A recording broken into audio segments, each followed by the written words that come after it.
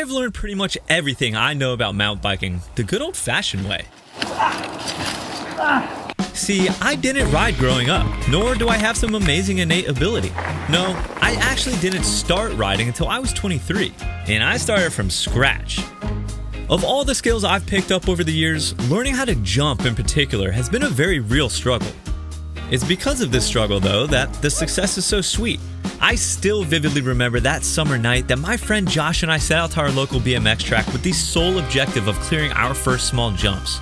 These blurry images are proof of our success, and the first ever images of me jumping my bike. This may not seem like much, but to us, this was a massive breakthrough, and that feeling of stoke while flying through the air on my bike has stuck with me. Ever since then, I've steadily worked on my jumping progression. Moving over to flat pedals, teaching myself how to bunny hop properly, and attempting bigger and bigger jumps, yet despite all this, I hadn't had another massive breakthrough like that night at the pump track. Until recently. Yeah. This summer, all of my practice and skill building seems to have just clicked, and I've been eyeing up jumps that I previously thought were reserved for professionals, or at least riders that were better than I'd ever be. Today, I stand at what feels like the pinnacle of this progression. I'm at Whistler, the promised land of mountain biking and home to the most famous jump trail in the world, A-Line. I've seen so many videos. I've seen more videos of A-Line than any other trail ever. For those of you not familiar with the A-Line trail, you only really need to know one thing: jumps. Tons and tons of jumps. About 42 total, in fact, and I'm determined to clear every single last one of them. To me, the decision to clear A-Line means attempting the biggest jumps I've ever hit. This is me taking a stand against fear and proving to myself what I'm truly capable of. I'm feeling pretty good about the whole thing too, and the way I see it, I've got a few things really working for me right now. First off, I've got a new bike. That's right, after much debate, I have officially decided to go the 29er route with this Canyon Stride. So the first order of business upon arriving in Whistler is getting this thing dialed. Although new bikes are sweet, it's really less about the bike itself and more about the unfounded confidence a new bike gives us. And if there's one thing I've learned about hitting jumps, it's that confidence is key. Another thing working for me is the fact that I'm attempting these jumps at Whistler Bike Park, which is absolutely different than attempting similar sized jumps at a random trailhead. See, at Whistler, I can be 1000% certain that these jumps are all perfectly sculpted for maximum send. The flow is right, the takeoffs and transitions are perfect, and thanks to this, there's a little bit more room for error, giving me a little bit of cushion for imperfect sends, which I fully expect to have. Finally, I've got my buddy Seth here to tow me in. What, there's not how you supposed to wear? But if I'm being perfectly honest, this one could go either way. Anytime Seth and I get together, it seems to create some sort of perfect whirlwind of bikes, friendship, and excitement that can either propel us into Super Saiyan stoke or send us crashing into a blazing oblivion. It's still too early to tell which way we're heading this time, but I'm glad to have him here nonetheless. Not only does Seth know the trail, but he's also one of the most persistent, presumptuous, and pushy people I know when trying to coerce me into sending scary features he knows I'm capable It's of. gonna feel so good, I promise you. Take yesterday, for example. We were supposed to be warming up and breaking in my new bike on some easy trails. Every single time we stopped, Seth was already strategically planting seeds in my brain to start getting me ready for A-Line. I mean, we could hit A-Line right there. A-Line right here. Because it's like you either go to A-Line or this, and most of the time you go to A-Line. I held strong on our first day and refused to ride A-Line, as I know that I do best when starting slow and warming up. So instead, Seth decided to lead me down an alternative route. You gotta go back to get speed. Well, this is fade to black. Yeah. You gotta go back to get speed.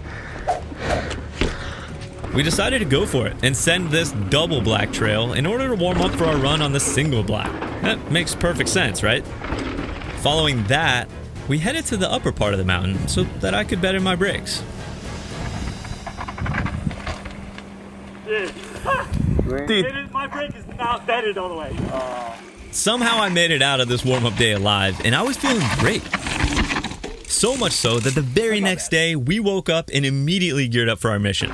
It's time to send A-Line, and failure is not an option. Like, I know everybody talks up A-Line like it is an amazing trail, but what's going through your head? I mean, you've never ever done it before. I'm definitely a little nervous. I'm very excited, but... So what are you nervous about? It's just a single black. I'm nervous about my excitement, because you get really stoked, and then things start feeling good, and then you do something dumb. And then it's just that one dumb thing. Oftentimes, that shit happens on the jump lines. But Seth seemed a little bit more certain of my capabilities. I think you're just going to drop in and clear pretty much everything, to be honest. Really? And that was just the boost of confidence I needed. Let's do All right, this. man, I'm ready. Dropping in the A-line. Following set. Gonna be ridiculous. Holy! Woo-hoo!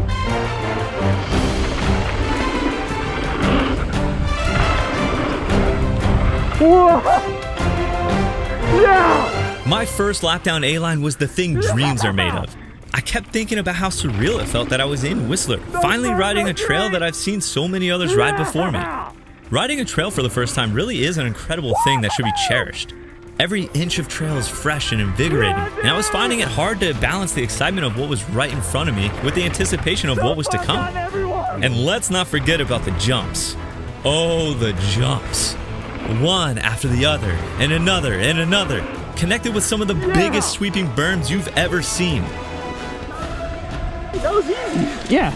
That's so fun. Well, to my surprise, I was actually able to clear a lot of the jumps my first run. Oh my. Yeah. The second lap was even better. And now that I knew what to expect on the trail, I cleared even more of the jumps. okay, so how'd you feel that time? Felt way better. My hands feel so much better. And I'm getting a little bit more confident, you know, hitting. This is second day at a bike park all season. The more jumps you hit, the more you realize you can trust them. So I was just... By the time we got to the third lap, it was on.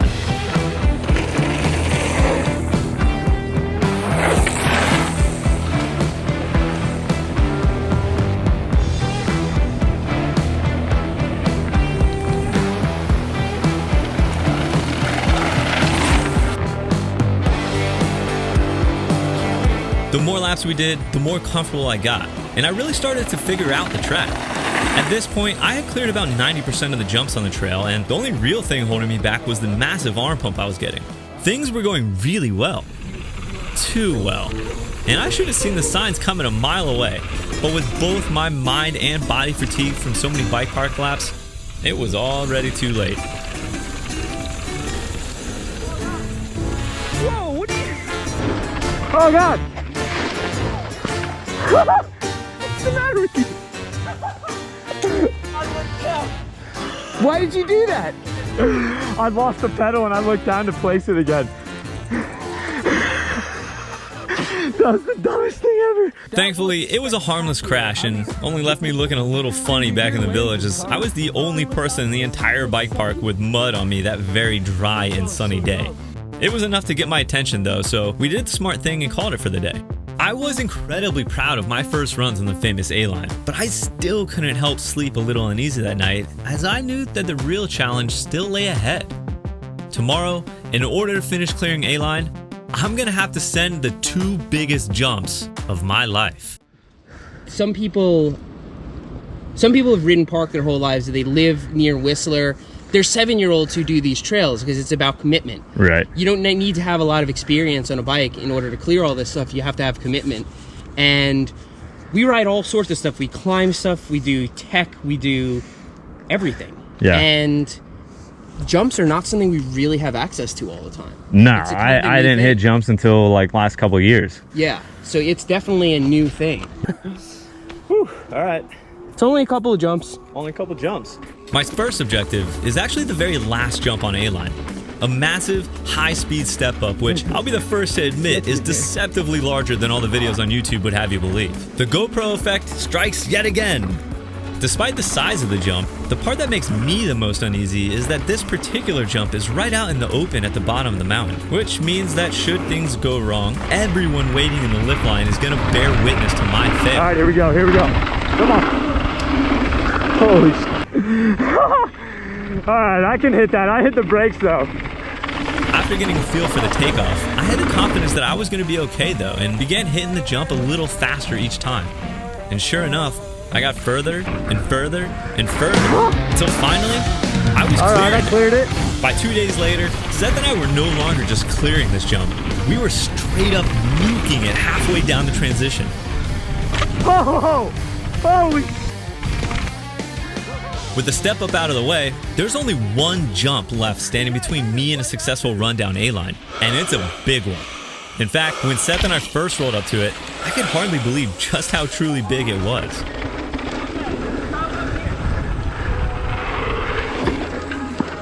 This is the moon booter, I know. Yo, that is humongous. Yeah, it's pretty big. I'm not exactly sure where the moon booter got its name from. Whether it's from the absolutely larger-than-life wall of dirt you ride up that sends you straight into the stratosphere, or maybe it's in reference to those blissful moments right after takeoff where you and your bike are effortlessly floating through space, almost as if in orbit. Regardless, this jump is huge. Seth and I did our due diligence in scouting it out, which is an entirely separate sketchy endeavor in itself, as you have to snipe your way onto this sliver of dirt high above the big berm that tends to get crowded with other people doing the same.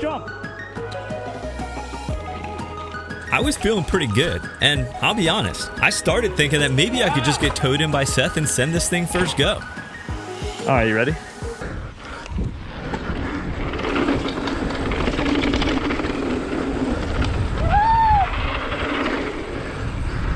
Holy shit, it's so big. No. Oh yeah, I can definitely do that though. Or maybe I got not. sketched out when we got on it. I was like, nope. The good news is, unlike the step up, the lip on the moon booter felt a lot more mellow to me. The bad news is, I was gonna have to go a lot faster in order to clear this. Yeah. Okay, so this time we get to the moon booter, how fast are you gonna go? As fast as possible. You have to go just as fast as you can. Okay, perfect. Right answer. And how The following fast are you attempts gonna go? felt like a scene straight out of Groundhog's Day. Lift, You got it, lesson, man. fail, repeat. Lift, How lesson, fast are you gonna go? fail, repeat. Despite having all the right answers to Seth's quizzes, got it. I just couldn't seem to wrap my head around how fast fast you I gonna go? needed to go. Any faster seemed absolutely ludicrous. Everything else on each run was feeling so good, but every time I got to the moon booter, I just couldn't seem to get it. Maybe I had just reached my limit. Maybe my mock chicken just wasn't fast enough. Damn. Or maybe, just maybe the reason I haven't cleared this thing yet actually has nothing to do with how fast I'm going or how much I'm preloading, and everything to do with me simply and honestly believing that I'm capable of hitting a jump this size. What would happen if I fully believed in myself? What would happen if I completely committed? I had to know.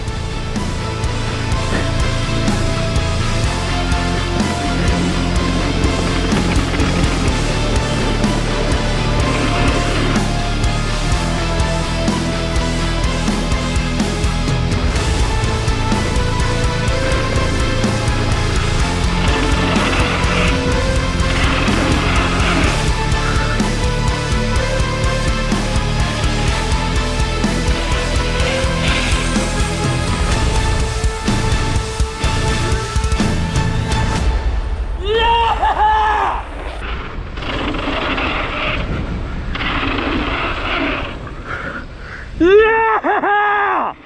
Yeah! Woo-hoo! I had to go so much faster. That was the key. No wonder he kept saying that. Oh, yeah! Now that I can officially clear this thing all the way through, it's time for me to partake in one of the oldest and dearest traditions at the bike park. It's time for some party laps on A-Line. Yahoo! Let's do it! When I think back on this day, I believe that this was a very pivotal moment for me. And not just because A-Line either. Today's the day that my mental game finally caught up with all the skills I've been building, and I became whole. My skills, my confidence, my equipment, from this moment on, we were working in harmony. And it wasn't long before we went on the hunt for even bigger, badder features. But that's a story for another time. Yeah, dude! So solid. That one jump really hard. I don't know why I got bucked. Yo, we were all three of us really on top of each other. What A-line is or whatever. Right. How has that changed? I think the easier stuff is easier than I thought, and the harder stuff is harder. Like you have to go way faster than you thought you would You have have to go so fast. It just, where you think you shouldn't be just diving in, you do. All you gotta do is free fall. How far do you think that jump is? How far do you think the moon booter is? I don't know, that's probably 25, 30 or something. I think It's probably 30. I think that's the biggest jump I've ever hit. Real? You think it's the longest? I think that's the biggest jump I've ever hit.